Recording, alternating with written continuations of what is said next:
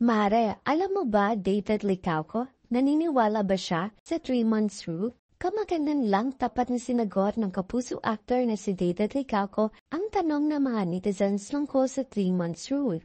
Habang nagla-livestream siya para sa negosyo niyang Good Trip. Sabi ni David, siguro oo dapat.